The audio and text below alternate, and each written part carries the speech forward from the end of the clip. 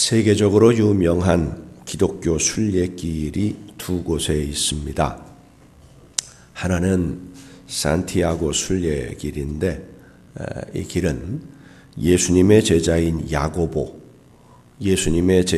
야고보는 두 사람이 있어요. 한 사람은 요한의 형제로서 헤롯의 핍박 때에 가장 먼저 순교한 그 야고보가 있고, 또 한 사람은 알페오의 아들인 야고보라고 알려져 있는 야고보인데, 이 알페오의 아들인 야고보가 복음을 전하기 위해 걸었던 길이라고 알려져 있는 그 순례길이 바로 산티아고 순례길입니다. 실제로 야고보 사도가 어떤 길로 산티아고라는 도시에까지 갔는지는 모르지만은 9세기경에 산티아고 데 콤포스텔라라는 도시에서 야고보 사도의 유해가 발견되었고, 그 이후로 많은 사람들이 이 산티아고를 찾기 시작을 했습니다. 1993년도에 유네스코 세계문화유산으로 이 순례길이 지정된 이후로는 기독교 신자들뿐만 아니라 믿지 않는 사람들까지도 세계를 여행하는 여행자들이 많이 걷는 그런 순례길이 되었습니다. 유럽 각지에서 출발을 하게 되는데 길이 하나만 있는 게 아니에요. 여러 곳에서 출발해서 스페인의 산티아고라는 도시로 모이게 되는데, 그중에 가장 많이 알려져 있고 또 많은 사람이 걷는 길이 프랑스 남부 도시인 생장피에드에서 출발을 해서 피레네 산맥을 넘어 산티아고까지 걷는 프랑스 길이라고 알려진 길입니다. 거리가 800km 정도 됩니다. 그래서 하루 이틀 만에 가는 길이 아니고 한 30일에서 40일 정도 쉬지 않고 걷는 그런 길입니다. 이 길은 침묵의 길이라고 보통 알려져 있습니다. 얼마 전에 우리나라 한 예능 프로그램에서 이 산티아고 순례길 여행자들이 하룻밤 머물고 가는 숙박업소를 운영하는 이런 프로그램을 잠깐 진행한 적이 있어서 우리나라 사람들에게 많이 알려진 길이기도 합니다.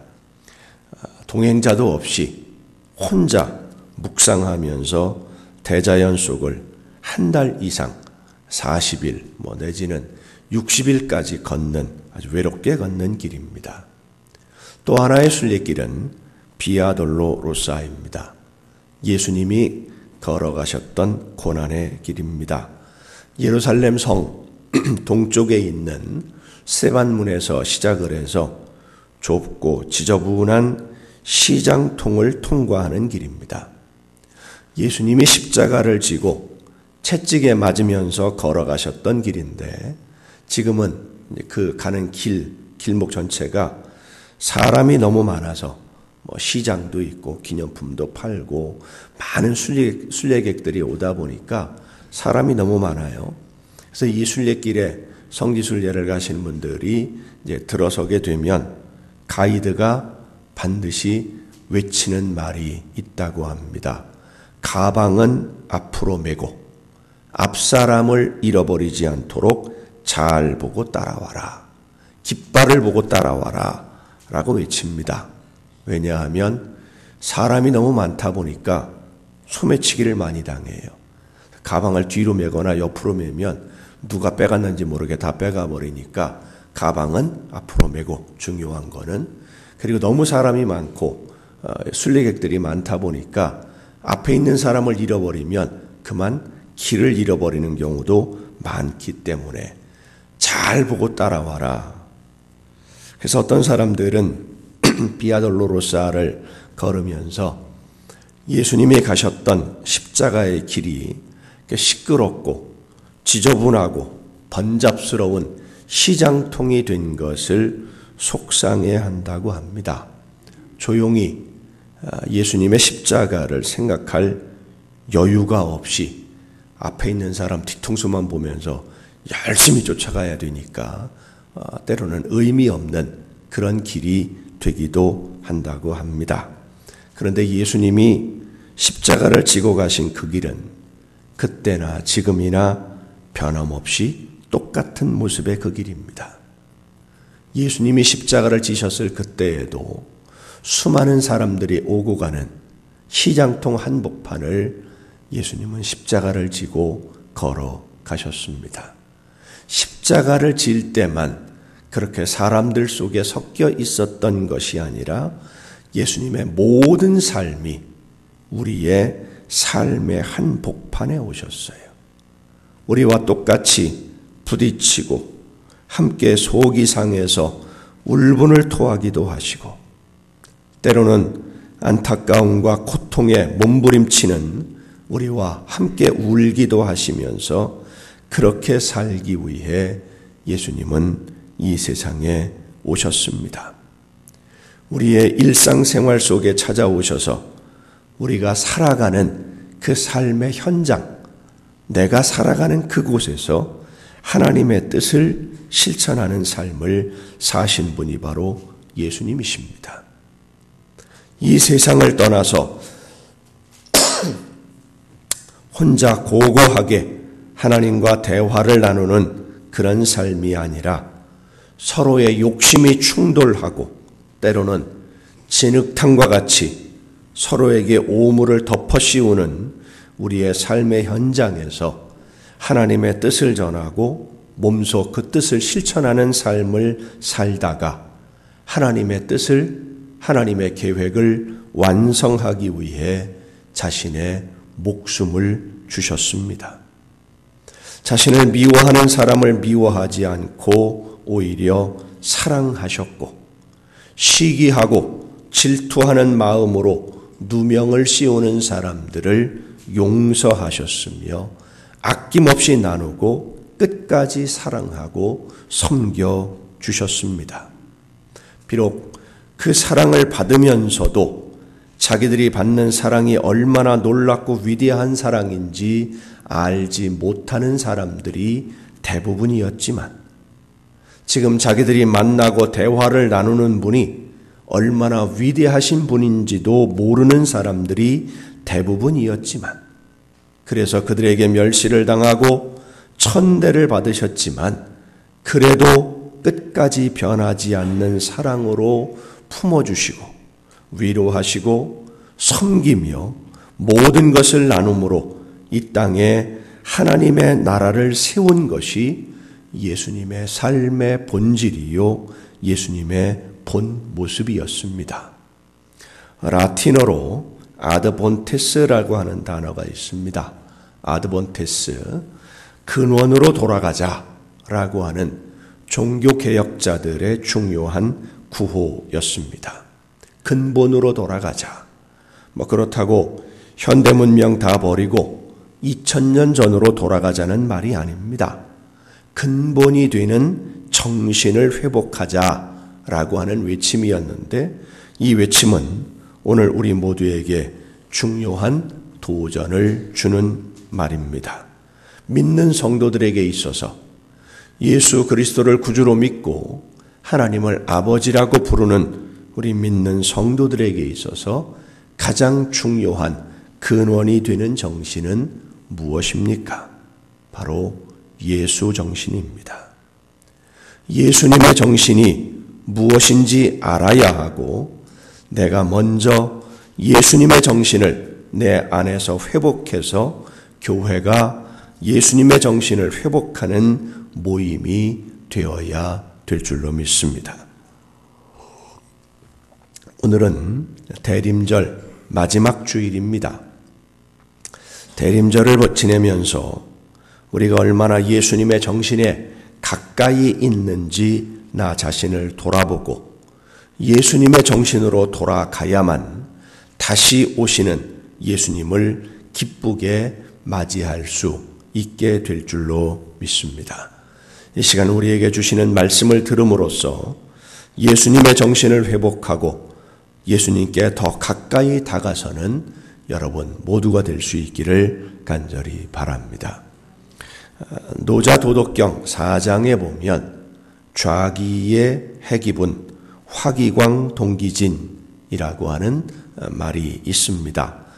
도에 대해서 노자가 설명하는 내용 중에 도의 효용성, 그러니까 도를 깨달은 사람이 그 도를 이 세상 속에서 살아가면서 어떻게 현실에 나타낼 수 있느냐 하는 것을 설명하는 내용입니다. 좌기의 해기분, 여기서 말해 좌라고 하는 것은 꺾는다 또는 묶는다라는 뜻입니다. 날카로운 것은 꺾어버리거나 묶어놓아야 된다라는 뜻이죠. 날카로운 칼과 같은 사람, 양면에 날이 시퍼렇게 선 칼처럼 날이 선 사람은 똑똑한 것 같은데 주위 사람을 다치게 만들어요.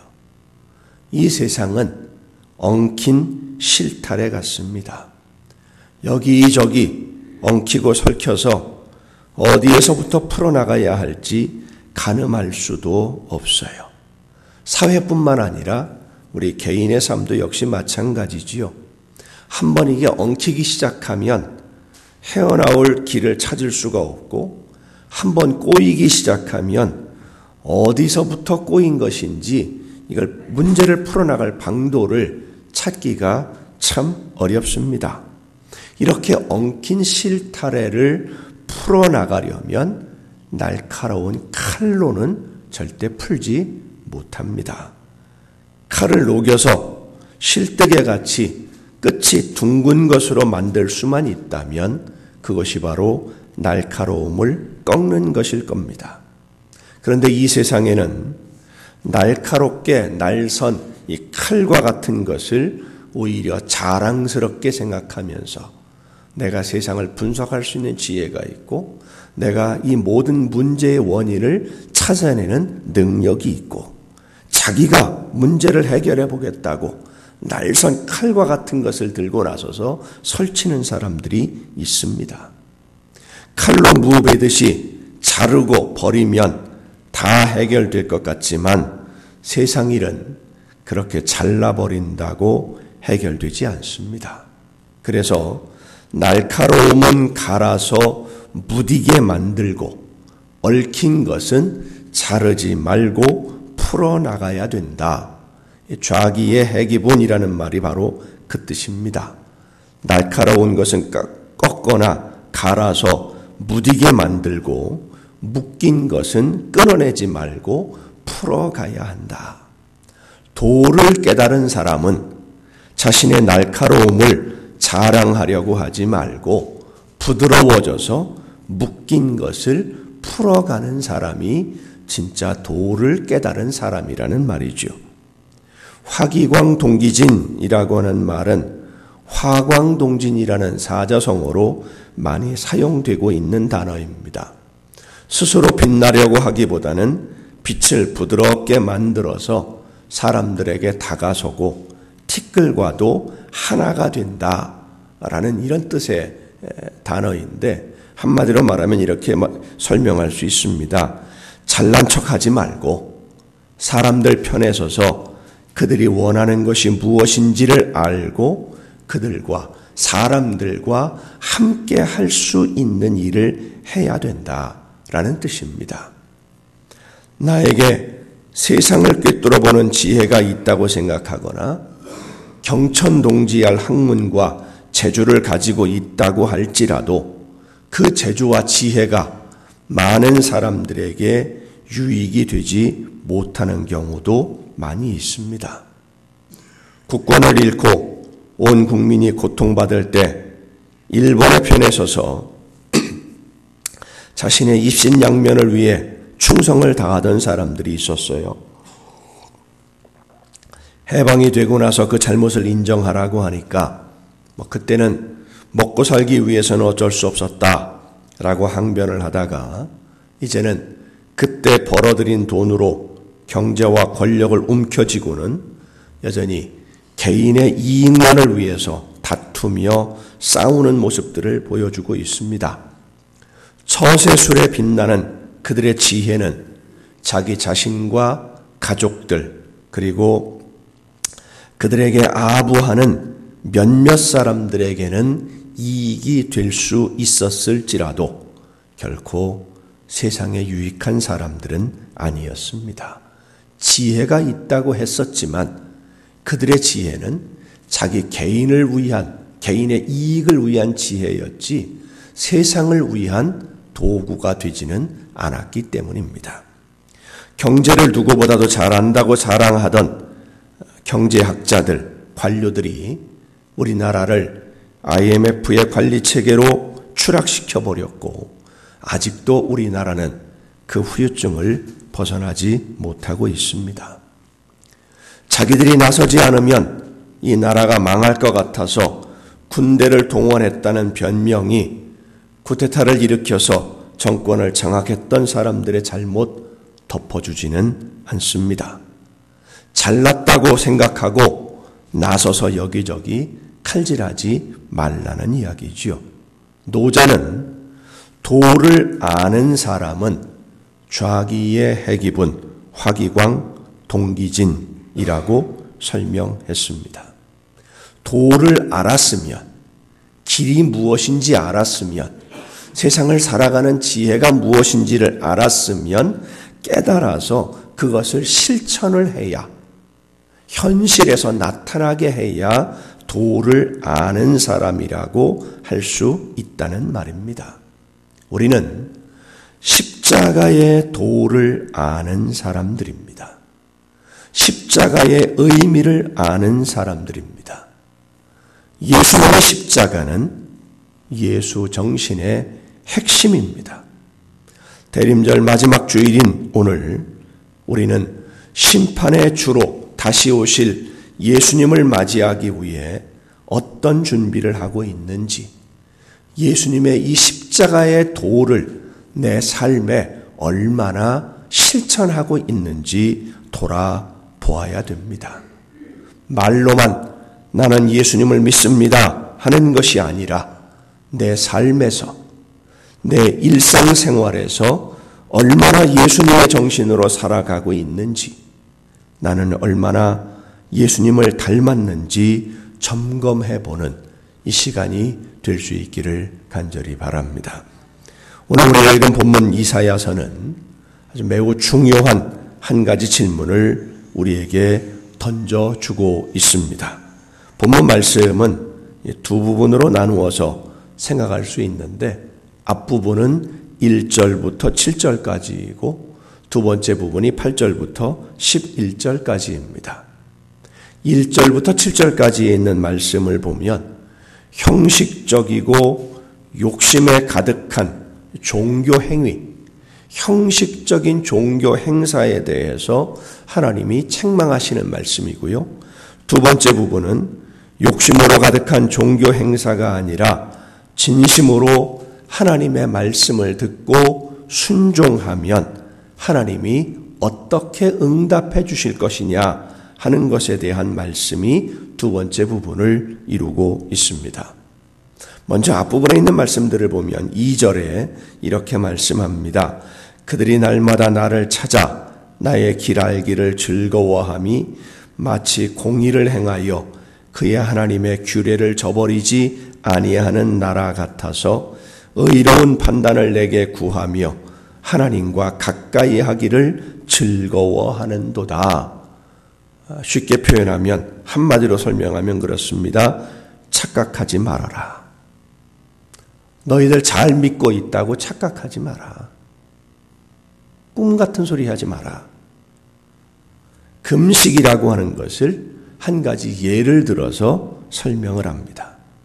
우리가 금식하면서 기도하는데 하나님이 왜 응답하시지 않는다, 왜 응답하시지 않느냐, 그걸 모르겠다라고 하는 사람들에게 하나님이 말씀하십니다.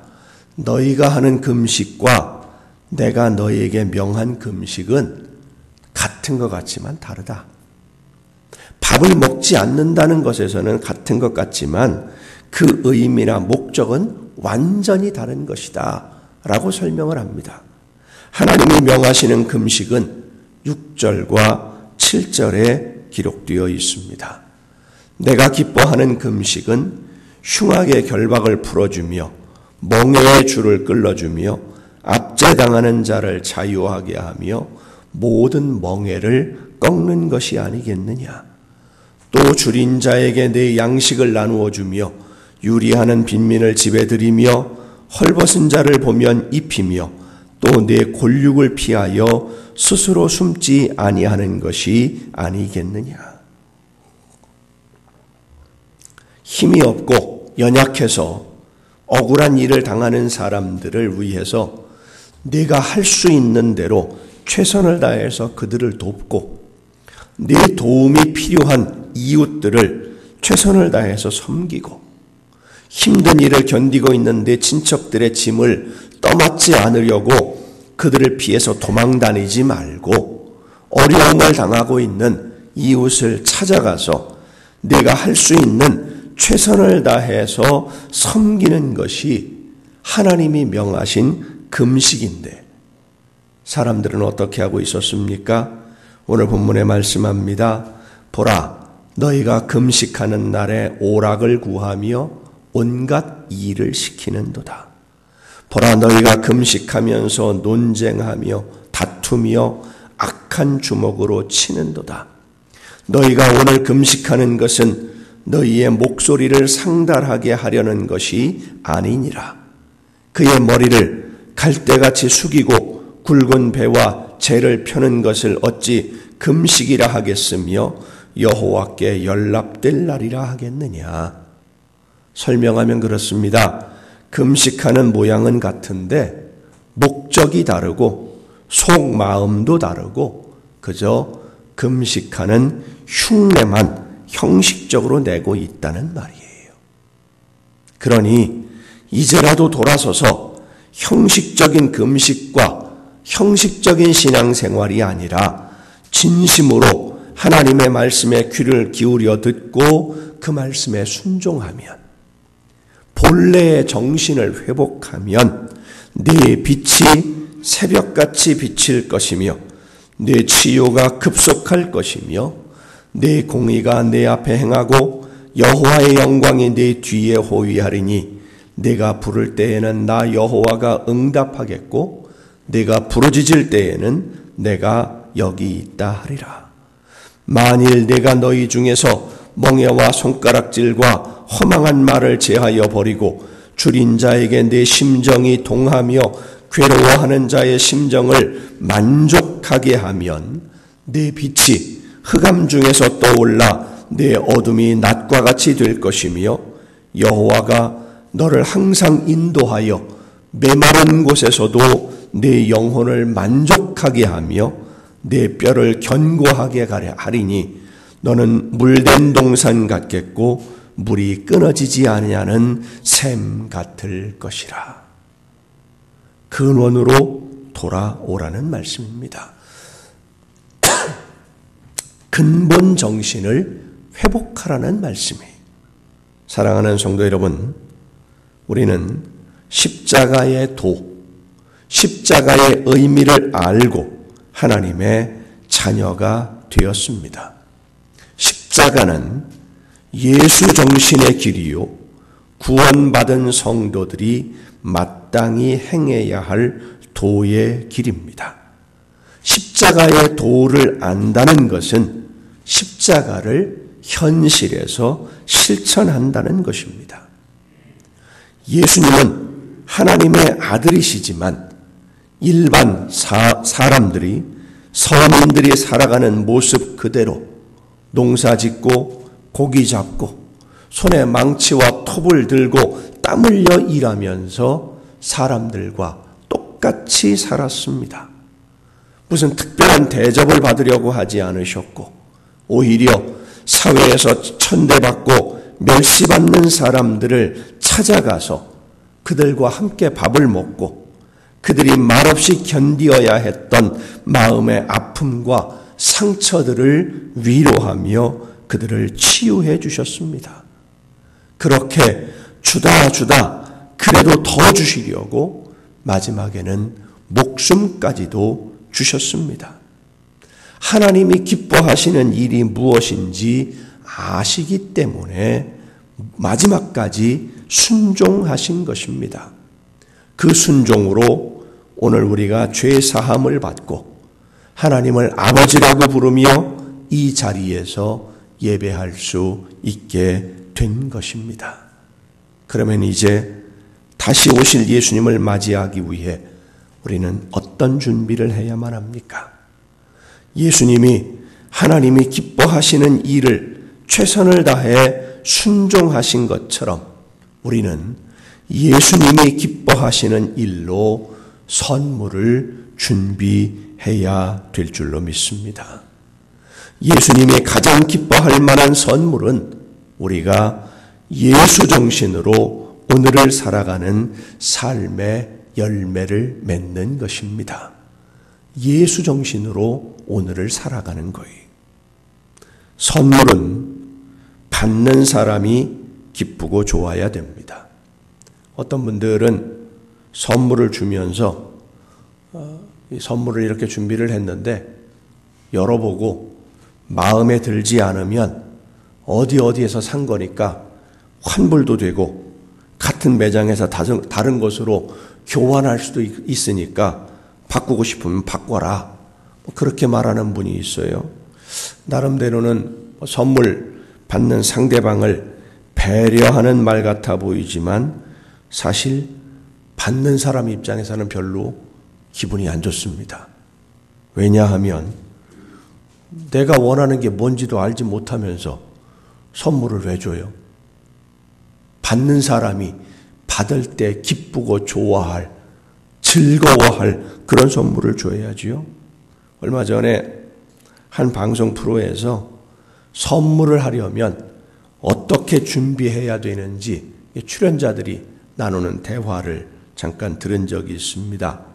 선물을 주고 싶으면 평상시에 상대방이 무엇을 가지고 싶어 하는지, 취향이 어떤지, 무엇이 필요한지를 평소에 잘 눈여겨보아 두었다가 선물을 해야 할 기회가 생기면 그 선물을 상대방이 가지고 싶어 하는, 상대방의 필요로 하는 그것을 선물해야 감동을 한다라고 이야기하는 것을 들었어요.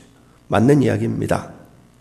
상대방이 무엇을 필요로 하는지, 무엇을 좋아하는지, 무엇을 원하는지 알지 못하면 힘껏 준비하고도 좋은 소리 못 들어요.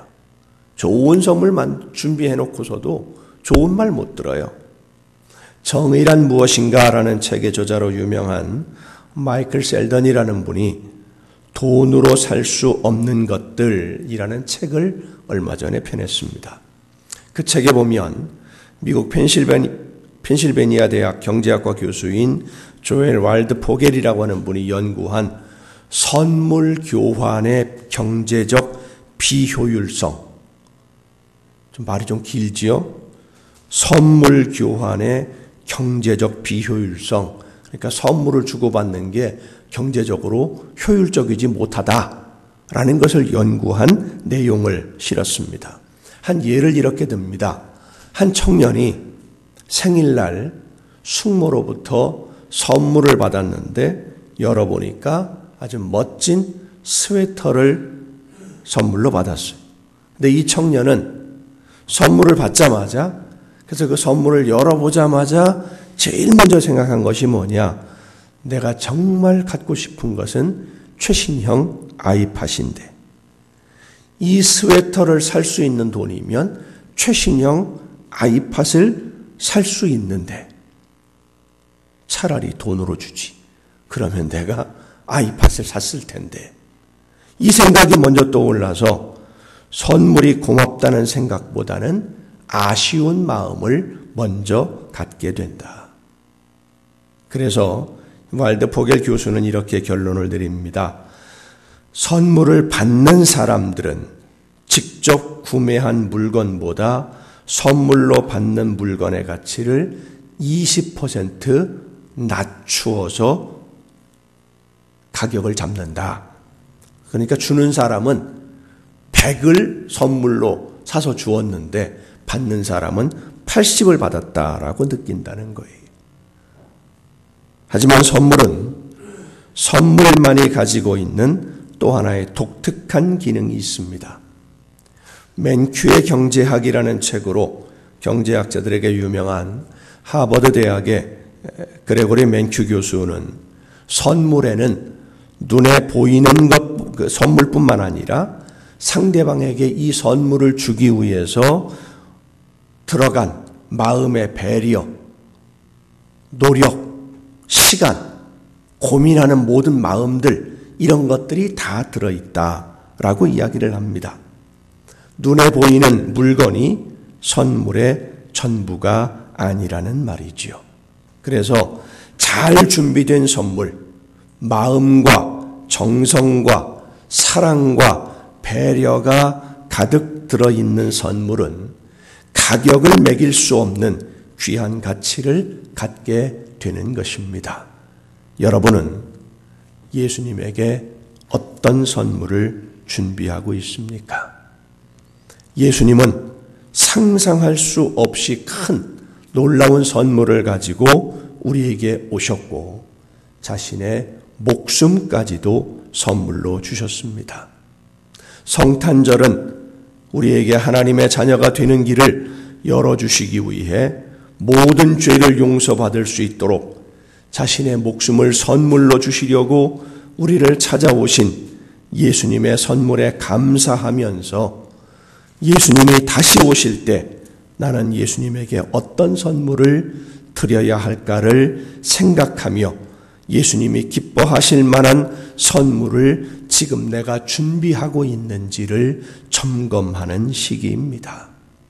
예수님이 가장 기뻐하실 만한 선물,